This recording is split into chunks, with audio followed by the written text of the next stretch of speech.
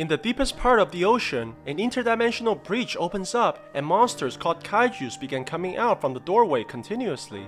Humanity tried everything to destroy the monsters, but our conventional weapons are ineffective against creatures this size. For the survival of the human race, the countries put aside their differences and begins building gigantic machines called Jaegers to combat the kaijus. The Jaegers put too much stress on a single pilot, so a two-pilot system was implemented. Humanity begins winning against the giant monsters, and the Jaeger pilots became heroes. The main character Raleigh and his brother Yancy are being deployed against the Category 3 kaiju codenamed Knifehead. They walk inside the head of the Jaeger and begins putting on their specialized combat suits. The hatches unlock and they're dropped on top of a massive mechanical body in assembly. Their Jaeger is called Gypsy Danger, and the massive machine towers over everything around it while being brought forth to the docking bay. The brothers are able to pilot the Jaeger because of their unique bond, which allows them to be drift compatible. This means a neural link is able to connect the two through memories and allow them to control the Jaeger together. Marshal Stacker tells the brothers to stay put and guard the base, but they decide to disobey his orders and save the 10 people still outside in the storm. The massive kaiju erupts out of the ocean and towers over the fishing boat full of people. Just when the monster is about to attack, Gypsy rises from beneath the waves as well and carries the boat away from danger just in time. The brothers throw furious punches at the kaiju and knocks it down with a powerful slam to the head.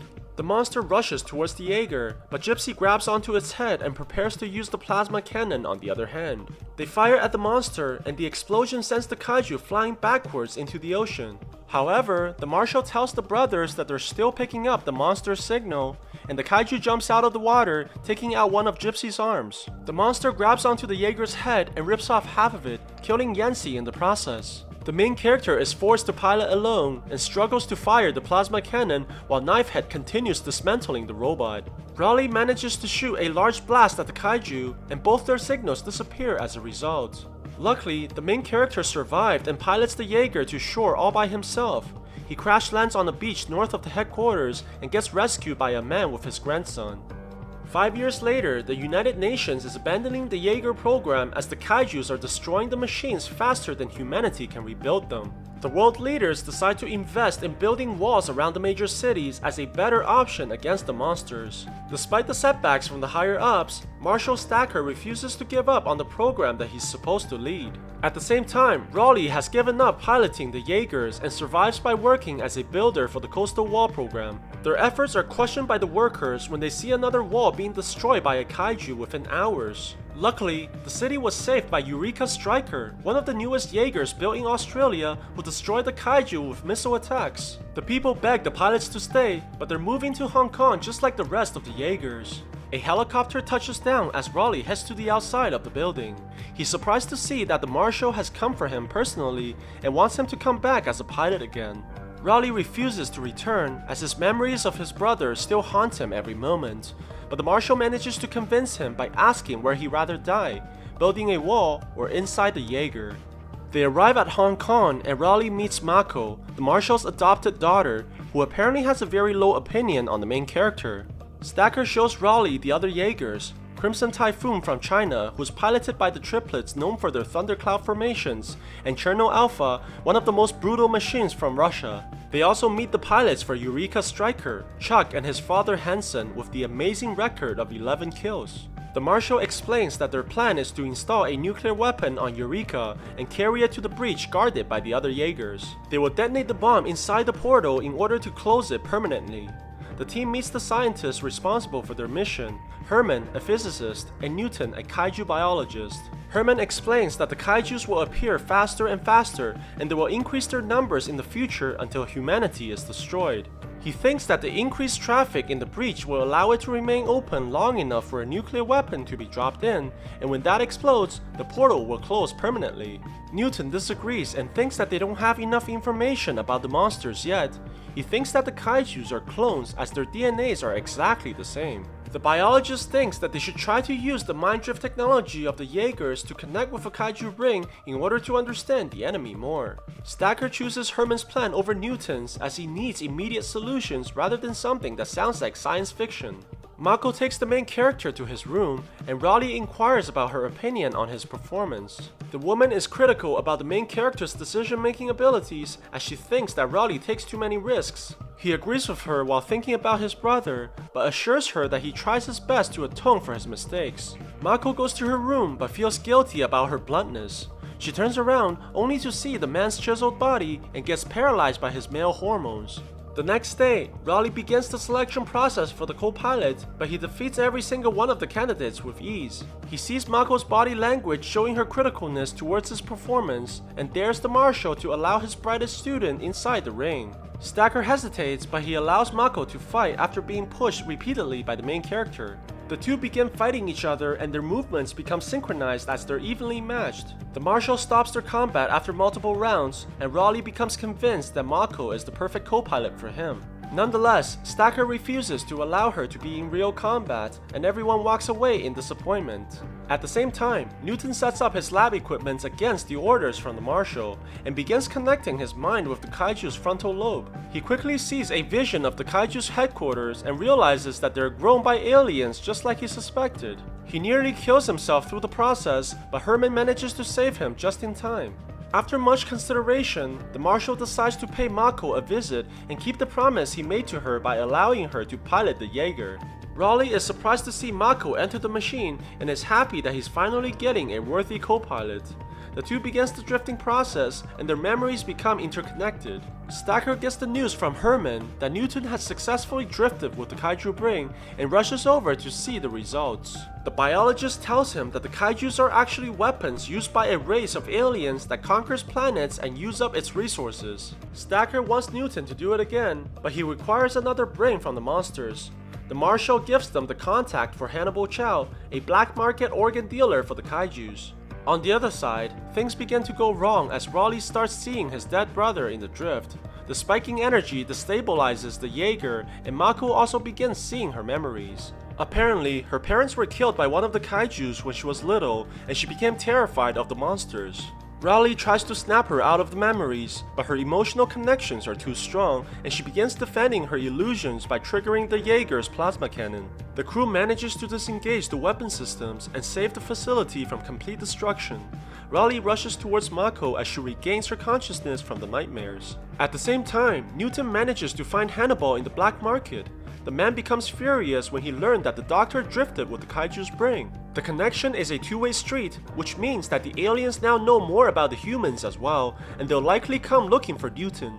Back in the headquarters, they receive more seismic activities indicating that there will be a double event occurring with Category 4 Kaijus codenamed Otachi and Leatherback. The marshal tells Cherno Alpha and Crimson Typhoon to engage the monsters while Eureka Striker stays back to defend the harbor. He orders Raleigh and Mako to stay put for this mission. They head towards the ocean and the helicopters drop them in front of the coastline while Eureka Striker follows closely behind. The Crimson Typhoon begins detecting movements around them, and the Kaiju Otachi jumps out, landing a direct hit using its tail and sending the Jaeger flying into the water. Typhoon recovers quickly and begins using their thundercloud formation. They manage to land multiple strikes on the creature, but their blades are stopped by Otachi as it overpowers the Jaeger. Typhoon quickly jumps upwards and using its amazing agility, flips the Kaiju in the air and throwing it into the ocean. Alpha charges in and continues to pummel the monster by punching its head. Otachi sees an opening and knocks Cherno Alpha into the ocean. It then continues to attack Typhoon with the tail and eventually decapitates the Jaeger's head, killing the pilots inside. Seeing their teammates destroyed, the Russians begin charging at the monster, but Otachi spits out acid from its mouth, which paralyzes the robot. The Australian team rushes towards the battlefield and tries to save their teammates, but Leatherback jumps out from the ocean and begins attacking Cherno Alpha as well. Otachi goes to face the Australians but gets knocked down right away and continues to get pummeled by a barrage of punches followed by a devastating uppercut. Cherno Alpha gets pushed inside the ocean and the Kaiju destroys its pilots by causing it to explode from inside. Eureka Striker grabs the monster and lifts it in the air. The robot throws the kaiju in the water and prepares to finish it by launching its missiles. Leatherback senses the attack and releases a large pulse of EMP that disables the Jaeger and all electronics in the city. With no other choice, Stacker allows Raleigh and Mako on the battlefield as their Jaeger has a nuclear reactor and are not affected by the attack. At the same time, Newton runs away towards the closest shelter as Utachi comes looking for him after he drifted with their kind, destroying buildings and causing chaos in the city. Hansen decides to unhook himself from the machine, but gets thrown to the walls when the kaiju punches the Jaeger, damaging his arm in the process. He decides with his son to protect the city and buy the people some time by distracting the kaiju with their flare guns, but only manages to annoy the monster, which turns to attack them. They're saved when Gypsy Danger appears from behind and catches the kaiju's attention. Leatherback charges towards the Jaeger, but Gypsy manages to maneuver behind and destroy its weapons. This angers the monster, which prompts it to throw them onto shore. Gypsy manages to land without damage and charges towards Leatherback, hitting it with a devastating strike. They continue to punch the kaiju and uses their elbow rocket to send the creature stumbling backwards. The monster regains its balance and charges at the Jaeger, but Gypsy manages to hold it back. They prepare the plasma cannon and shoots at the kaiju continuously until its arm falls off and the monster becomes unconscious from the attack. Gypsy throws the body on the floor and begins heading towards the trail of destruction, hunting the other monster. Before Utachi can devour the doctor, it notices a presence approaching from behind, and turns around only to see Gypsy Danger walking towards it, dragging a cargo ship. Raleigh and Mako uses the boat as a sword and begins striking the kaiju with multiple attacks. The monster eventually fights back and throws away the boat. It then shoots acid at the Jaeger, but they manage to evade the attack just in time. Gypsy grabs the monster's tongue, trying to disable its weapons. Mako destroys the monster's tail by releasing coolants on it and breaking it into pieces. They then proceed to rip out the kaiju's tongue with both hands. Surprisingly, the monster grabs onto the Jaeger and shows its wings. The creature then begins flying towards the sky as it strikes the robot into the buildings. Utachi continues to bring Gypsy out of the atmosphere as they begin to lose all functions. Mako takes their last weapon and proceeds to cut the creature in half with a sword. They begin falling towards the earth and manages to slow down their descent by concentrating all their energy into a blast. They crash into the ground, causing a large shockwave, but emerges unharmed. Raleigh and Mako comes back to the headquarters and everyone cheers for their victory. Meanwhile, Newton discovers that one of the dead kaiju was pregnant and they can use the newborn creature's brain to enter the drift. Herman decides to help his friend with the drift in their last attempt to learn as much as they can before the team goes on their final mission. They connect with the kaiju's brain and discovers the secrets to the breach by searching the memories. The two immediately realizes that their plan won't work and rushes to inform the marshal. At the same time, Stacker has decided to replace Hansen due to his injuries and pilot the Jaeger personally. Chuck says goodbye to his father as he knows that this mission might be his last. The two remaining Jaegers drop into the ocean and begins heading towards the breach. They maneuver underwater and soon begins to realize that the visibility is extremely poor. As they reach closer to the portal, they begin seeing two kaijus, Scunner and Raiju, both category 4s. However, they notice that oddly, the kaijus are not trying to stop them from making the jump. The two doctors rush into the command room and tells them to stop immediately. They won't be able to go through the breach because it requires the kaiju's DNA for access. They have to trick the system by going into the portal with one of the monsters. Before the doctors can finish explaining, the radar picks up another signature coming out. This time, a category 5 kaiju named Slattern appears. Raleigh and Mako tries to help their teammate, but gets attacked by Scunner right away. They manage to throw the monster on the ground, but Raiju strikes from behind and takes out one of their arms. It turns around and charges at the main character, but instead of escaping, they point the sword at the monster and proceeds to cut the kaiju in half using its own momentum. The category 5 kaiju attacks Eureka and pushes it away from the breach. They manage to fight back and stabs the monster with both of their swords, causing it to scream in agony. Slattern yells to its comrade for help, and the two monsters charge at the Jaeger with blinding speed. Realizing that there's no escape, the Marshal plans to use himself as a bomb to clear the way for Gypsy Danger so that they may use their nuclear reactor to close the breach. He detonates the bomb, which causes a huge explosion, sending the water away from underneath the ocean. Gypsy braces for the impact and begins walking towards the breach. Surprisingly, Slattern somehow survived the explosion and plans to prevent Gypsy from reaching the portal.